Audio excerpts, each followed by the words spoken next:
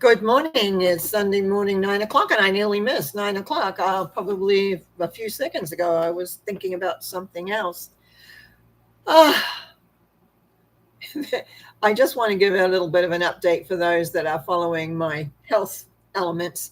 Friday, I had my third infusion for the immune system. And yesterday I was fine. Today I'm not fine. Today my this right arm doesn't want to move anywhere beyond up a little bit like this. It doesn't want to go high. That happens, and what we I make adjustments with that and deal with it. And by the day's end, it will be absolutely fine. But I just thought I'd let you know that we're continuing, and there's lots of pluses and minuses. Just the odd day today and possibly tomorrow may be a little bit slow. Oh, and I got very cold this morning too, which was unusual. I don't live cold. But anyway, other than that, I wanted to add a little bit more to my Wednesday Norma Talks, where I talked about the male, female, masculine, feminine, matriarch, and patriarch. And after I had finished, now remember, I don't use notes. I just talk from, I could say, my head, right? Or my heart, whichever you prefer. And I realized I left something out that was very important. And that was discussion within the family around hereditary. What was the family? And you got two sides, or if you don't know them, well, you don't know them. But there's been normally two sides, maybe more, that contribute to your bloodline. Now, in my family, I was a young child to a younger child that was born. My mother was in a big family. She was third from bottom. I came way late, right at the end of my brother came after me, but we were way late. My sister before me was nearly 16. So I was around family a lot, and I saw family. I saw the older aunts. I saw the cousins. I did have some second cousins close to my age, and I have kept in contact with them over the years when I go back to New Zealand and visit. But what was the genetic quality? Now, I had two grandmothers, obviously. My mother's mother was an artist. Now, she was in the 1800s. It's hard to believe, isn't it? But my mom was born in 1906, I believe. So what you've got here is a mother that was born in the middle of the 1800s. And she comes from a long line of people. Her father was a major in the British Army that moved out to New Zealand. Anyway, to make a long story short, she was such a good portrait artist that the army people would get their horse and ride 25 miles out to her for them to do a portrait of themselves to send back to their wives and their mothers. Now, that's the story I heard, and I believe it because each one of us grandchildren got a picture that she drew. Mine is very synonymous of who I am. It's a water scene with the moon, and I'm a Cancer, and water is very important.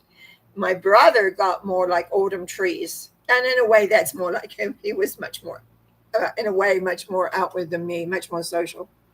Now, that's one side of the family. And I did mention on Wednesday that many of my nieces and nephews, besides my children, had artistic talent. Now, that was like two generations back. Now, let's look at my other side. Most of you know I've worked as a psychic. I studied metaphysics for years. And maybe some of that began from the stories my father told me. My father actually was born in Australia. His parents, he was the youngest of five. Several had died before him, but there were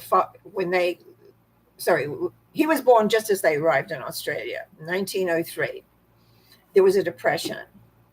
Now, my grandmother, got to get this straight with all these mothers and grandmothers, etc. My grandmother, his mother, they were both, her and the grandfather were British. She belonged to a church called the New Jerusalem, and it was run by Swedenborg, who was a what would you call him?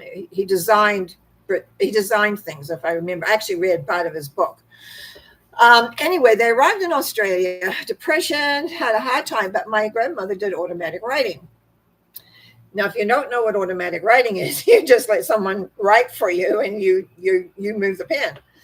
And it told them where for my grandfather to go for a job, which he followed the instructions, could not find the place. Came back the second night, same thing, couldn't find the place. So on the third day, third night, my grandmother sat down. They said, "Hey, we're going to get real specific," and it said on the, "You're not going far enough. When you get to the end, keep going." So they were down some alley. Anyway, to make a long story short, my grandfather went and he and his eldest son, my Uncle Jack, worked for a few years chopping wood while they survived and saved enough to go on to New Zealand. That's because my grandmother knew how to do automatic writing and got her inspiration from somewhere outside. My grandmother died when my father was 11 of TB. TB had already taken some of their family. It took my grandmother, it took my dad's younger brother. He was born with TB. My grandmother was sick by then. And my father was 11 when his mom died. It affected him a great deal because he was the youngest, because the younger one never made it. He didn't have a good life after that. My grandfather went on to marry other women who also had sons. So he felt like if you're I don't know, it wasn't very good. Let's put it that way. And eventually he met my mother, and then they had my two sisters, and then they had me, and then finally my brother. But when you look at the family, probably I'm not the only one that has the intuitiveness. I had the curiosity. I wanted to know about God. I wanted my dad talked to me quite a bit. And then I went to church very early. So there was a lot of I'm going to say misinformation in my head, but I wanted to figure out who God was, what God was, how did God work. That was my mission inside from quite a young person, which governed a lot of what I went and explored as the other years. But a lot of my nephews, because we have my and nieces maybe a bit too. Some of them are pretty fey as well. But I have some nephews, you can tell, with business deals and things like that. They just know, oh, I'm going to go here and I'm going to do this, or I'm going to do. It's like there is this connection. Now that I'm sure comes from my dad's side's mother's learning and gathering and knowing. So my thought today is, do you have discussions with your family as to your ancestors, to your grandmothers, to your grandfathers, maybe going back a couple of generations? What did they do? How did they survive? What was their spirituality? Were they very churchy? Were they not? Did they worship the outside? I know some people worship trees and those elements, which is wonderful. So it's not like one is right or wrong. It's like understanding what that genetic component that I spoke about on Wednesday outpictures into your daily life. Look around your cousins, if you have cousins. Look around your aunts and your uncles. What are the themes? What do they do? What do they, like sometimes we have habits, oh, aunt so-and-so does this, or uncle such and such always does that.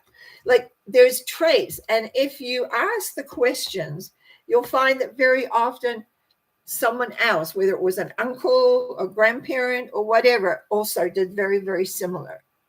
Things are passed down, just like, what do you call it? One after the other. They just come down, trickle down. And then you pass them on to your kids one way or the other. My daughter was incredibly psychic. My son is intuitive for sure, and very spiritual, very, very connected to the indigenous way. And so it's like, and that soul, not necessarily blood, just the soul is indigenous, very connected to all sorts of things that I didn't know anything about, but he's taught me, which has been great. Life is not just because you're born and you start. Remember I talked about on Wednesday, and if you haven't listened to Wednesday, you might want to do that, about how when the egg and the sperm come together, there's actually a fight. What nose, what eyes, what height, what weight, what this, what that. They all, both the egg and the sperm fight. And you start your life off having a fight, unless one just totally acquiesces to the other, which can happen. But mostly it's kind of like, I want that nose, I want this or that, or whether you know it or not. And then here you are. Maybe like me, didn't like my nose, didn't like this, didn't like that. Too bad, you got it. And then you realize, oh, I've got the same nose as this aunt or that aunt or whatever. Then you take a look. You're not alone. Take a look at your family if you can. Take a look at the old pictures if there's any around. Unfortunately, we don't have those photo albums that many of us used to browse through. But know you're more than what you see when you look at the mirror. You're much, much more. Anyway, talked a little longer today, but that's one of my favorite topics. Genetics, people, what we have and what we do. I'm having a haircut tomorrow. I am so excited.